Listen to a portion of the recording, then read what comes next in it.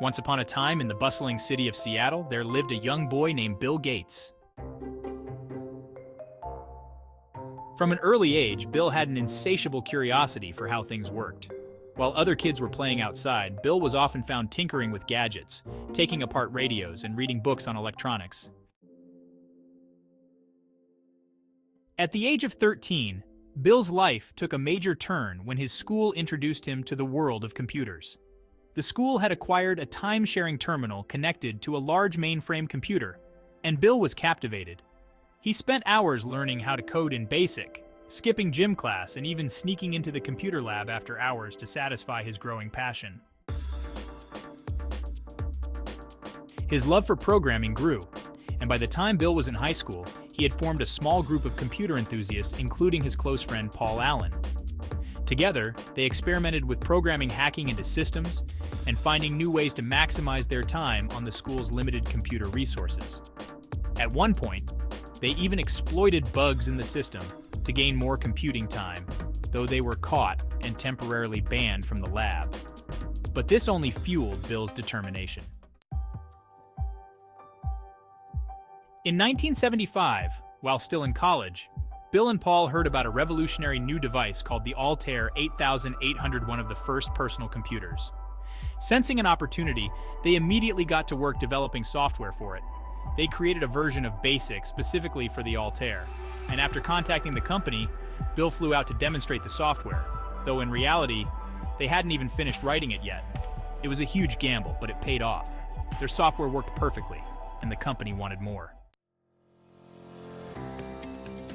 That same year, Bill dropped out of Harvard University to pursue his dream of starting a software company. With Paul Allen, he founded Microsoft, a name that would soon become synonymous with personal computing. They believed that every home and office would one day have a computer, and they set out to create the software to power those machines. Microsoft's big break came in 1980 when IBM approached them to develop an operating system for its first personal computer. Bill struck a deal with IBM to license the software, which they called MS-DOS, rather than selling it outright. This licensing agreement turned out to be a masterstroke, as it allowed Microsoft to sell its operating system to other companies as well, fueling its rapid growth. Under Bill's leadership, Microsoft continued to innovate, releasing the first version of Windows in 1985. It was a game changer, a graphical user interface that made computers accessible to the masses. By the 1990s, Microsoft was the dominant player in the tech world, and Bill Gates had become the richest man on the planet. But Bill's story didn't end with his success at Microsoft. In 2000, he stepped down from his day-to-day role at the company to focus on philanthropy. Along with his wife, Melinda, he founded the Bill and Melinda Gates Foundation, one of the largest and most influential charitable organizations in the world. Through the foundation, Bill has worked to combat poverty, improve global health, and expand access to education. His efforts have saved millions of lives by funding vaccines, improving sanitation, and addressing diseases like malaria and polio. Today, Bill Gates is known not just as a tech visionary, but as a humanitarian. He spends his days working to solve some of the world's most pressing problems, from climate change to pandemic preparedness.